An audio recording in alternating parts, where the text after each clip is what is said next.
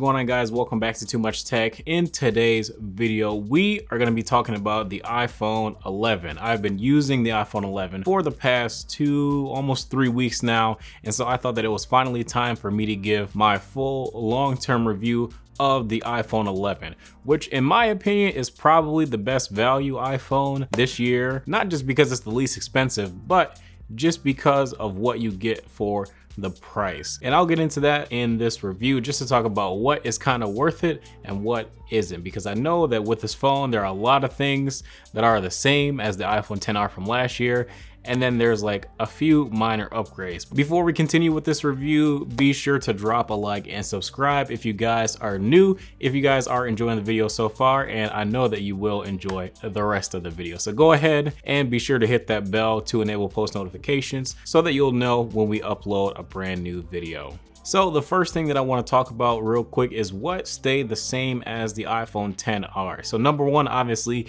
the overall design is pretty much exactly the same as the iPhone XR. The only major difference that you're gonna find is just that on the back, they did the same like milled glass or whatever it's called that they did on the iPhone 11 Pro for the camera hump. So basically they just carved the glass out, left the camera hump, inserted the lenses and the flash and all that stuff, and left it there. They did do like a matte frosted finish across like the top of like where the camera lenses are, and then glossy for the rest of the back. So that's a really easy way to tell if you have an iPhone 11 or 11 Pro. The 11 Pro obviously is all matte. The 11 is glossy on the back and matte where the camera is. Aluminum around the side, just like the iPhone XR. Like I said, it's largely exactly the same. And of course, the worst thing that stayed from the iPhone XR is the display. It's literally the same display. I'm sure they had a bunch of them laying around. They're like, well, we might as well just use the same display in the iPhone 11 because most people probably aren't gonna care. And kinda true, but it doesn't stop this screen from being kinda bad. So if you're moving from like an iPhone 7 or 8, pretty much is gonna be the same exact screen. Just above 720p resolution, and it's decent at best. The sharpness is fine, you know. It's not that big of a phone, I guess. It's 6.1 inches, and the sharpness is okay. The brightness is decent. It's okay for outdoor visibility, but just the contrast is pretty poor, especially since I've been using like the S10 and the Note 10 and the OnePlus 7 Pro, and those just have significantly better displays. And I mean, with the S10 and the OnePlus 7 Pro being around that $700-ish price point, come on, Apple, like 2020 iPhone better have an OLED display across all models. Samsung's been doing it since their first Galaxy. Let that sink in just a bit. What's new? So obviously we got the new A13, I think we're on. Apple's newest chip. It's super fast, very efficient, battery is good. But what else is new? Basically just the colors and the camera. So as far as the colors, now you've got like a purple and a green option, which these are pretty decent. And as far as the cameras, you've also got the brand new wide angle lens and significant camera improvements to all the cameras, front facing camera included. But one of the bigger changes from the iPhones from last year to this year is the change in price. So the iPhone 11 now starts at $699 for the 64 gig model. So that's a $50 discount. But at that $749 price point, you have now a 128 gigabyte option, which is fantastic in terms of value and storage. Finally, Apple figured out that it doesn't cost $1 million to upgrade the storage. So I'm glad that they figured it out in this phone, and I wish that 128 was standard on the iPhone 11 Pro, but unfortunately it's not. So that kind of sucks that you only get 64, 256, or 512 on the 11 Pro. But if you don't need that much storage, personally I think 256 is a bit much. 128 is pretty much perfect for me personally. If you need 256, you can get the 256 model for about $849 in the iPhone 11. Since there isn't really a ton new with this phone, let's go ahead and just talk about the elephant in the room, the camera. So yes, this camera is really good. In its price point, hands down, this is the best camera in a phone for around $700. The S10 camera is good, but honestly speaking, with all the improvements that Apple made, this one is really hard to beat.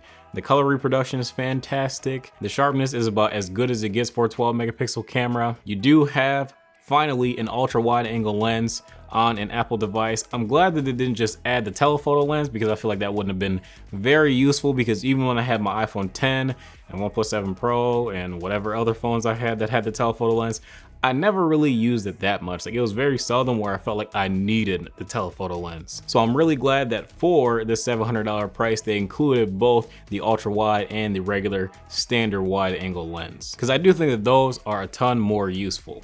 I do kind of have like a small complaint about like the night mode, I guess. The night mode, it works okay. It's decent at best. And that's just right now on iOS 13.1. I hope that they can make it better with software over time like they normally would do. I think they're gonna be able to, but right now, this long exposure, I'm not really with it. It doesn't really do that great of a job, especially like in comparison to like a real camera like an A7S II that can get really low ISO and still take some really good shots. I know we're talking about two totally different things. We're talking about a cell phone and a main camera. And I feel like the iPhone kind of struggles, because basically when you take a photo at night, you have to hold your phone extremely still, because it's just taking a long exposure shot and it can go up to 10 seconds. So if your phone's camera is exposing for 10 seconds at a time, basically gives you a ton of time to move your phone up and down and stuff like that.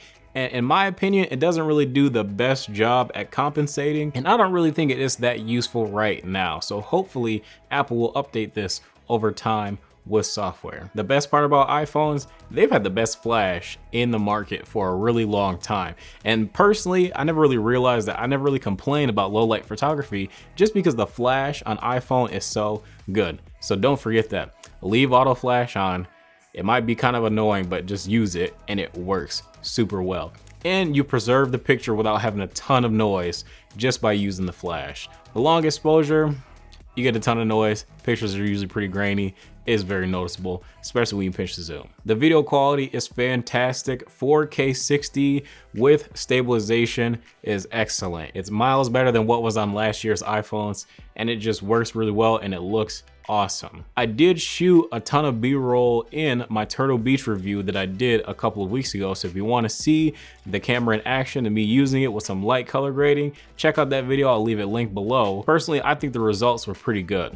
This phone does have top quality video. It is really nice. You can switch between the main lens and the wide angle lens seamlessly. It's nice that you see the preview while you're shooting, so you can kind of see what's in that wider angle, and that works for both photo and video. And it also does the same thing for the front megapixel camera, which is now also 12 megapixels. Well, it's 12 megapixels when you zoom out. When you stay punched in like a regular camera lens that's not distorted in any way by being too wide, it is only 7 megapixels. So that's kind of a bummer, but I guess they make up with it by having that 4K video also on the front facing camera, shooting in 60 frames per second. So that's nice for vloggers and people that like to make content solely with their iPhones. The battery life obviously is fantastic. The iPhone XR had the best battery that any iPhone's ever had. This being the follow-up to that, and pretty much the exact same phone, just with a better camera and more efficient processor, of course, is largely the same. I have no issues getting through an entire day on one charge. Normally, I'll leave power save mode on because I really can't tell the difference in performance with power save mode on, and it just helps extend that battery life even longer. I mean, like if I get up 7, 8 o'clock in the morning, leave my house, and I don't come back until 8, 9 o'clock at night, I usually still have about 35 to 40% battery life left. And that's with me largely having my phone on full brightness, using Bluetooth with the Apple Watch and AirPods. And yeah, it just works really well. Using navigation, watching YouTube videos, bumping Spotify all day long. The battery life is extremely impressive, and you won't be let down by the iPhone 11. Probably the only thing that's good about having such a low resolution display is that it doesn't really take a huge strain on the battery life. But honestly speaking, I've also been using the OnePlus 7 Pro, and that phone with the same kind of heavy usage and a much higher resolution display and a higher refresh rate display also gives pretty similar battery life. So keep that in mind if you're open to the Android side.